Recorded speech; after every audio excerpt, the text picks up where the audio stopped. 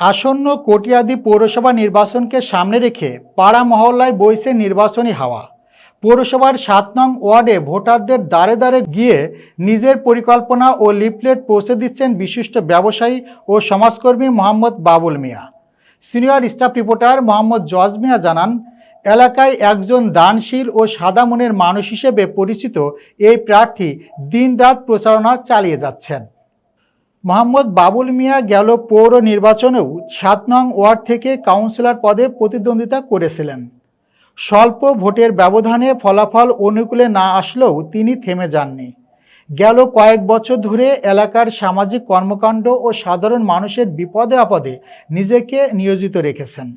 সাংবাদিকদের সাথে আলাপকালে তিনি বলেন, ব্যক্তিগতভাবে ব্যবসায়িক কাজের পাশাপাশি সবসময় মানুষের পাশে থাকার চেষ্টা করেছেন তিনি।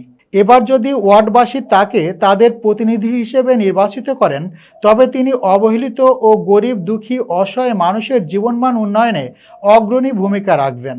তার লক্ষ্য ৭ নং ওয়ার্ডকে একটি আধুনিক ও বৈষম্যহীন ওয়ার্ড হিসেবে গড়ে তোলা।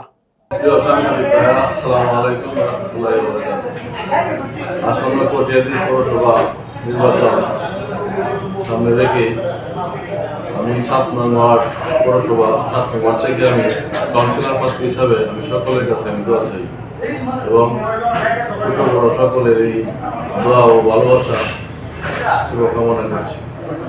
আমি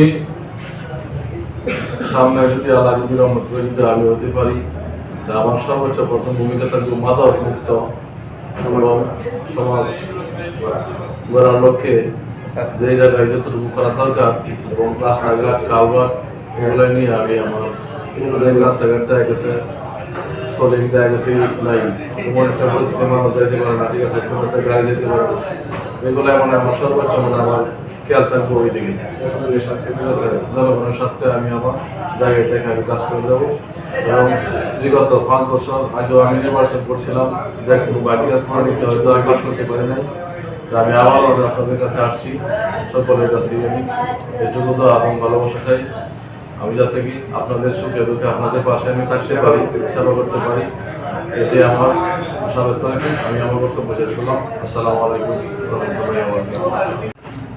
আমি যদি ৭ নম্বর ওয়ার্ড থেকে কাউন্সিলর পদপ্রার্থী হইতে পারি, তাহলে আমি আমার জায়গা থেকে শিক্ষা প্রতিষ্ঠানের মান বাড়ানোর চেষ্টা করব এবং আমি আমার সর্বোচ্চটা দিয়ে আমি আমার এলাকার লোকজনকে আমার দেখার সুযোগ ভাগ করে নিব, ঠিক আছে।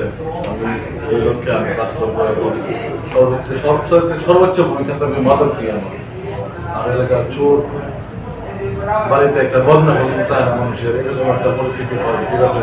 মানুষের কোনো কিছুতে কোনো শান্তি হয় না, কোনো বাইরে কোনো কিছু রাখতে পারে না, ঠিক আছে। আপনার কাছে একটা প্রশ্ন ছিল আমার, সেটা হচ্ছে এরকম, আমরা প্রায় দেখি, মনে করেন আপনার ওয়ার্ডে 2 থেকে 3 জন এতিম অসহায় শিক্ষার্থী থাকে যারা টাকা পয়সার জন্য পড়াশোনা করতে পারে না। আসলে এই অসহায় শিক্ষার্থীদের পড়াশোনার জন্য আপনি কি করবেন নির্বাচিত হলে? এটার প্রতি আমার একটা খেয়াল থাকবো, আমি দেখবো, ঠিক আছে। এবং আমি নিজে এই 5 বছর মনে করেন যে আমার কাছে যদি কেউ আসছি, আমি আমার জায়গা থেকে আমি যতটুকু পারছি আমি সরকার করছি এবং ইনশাল্লাহ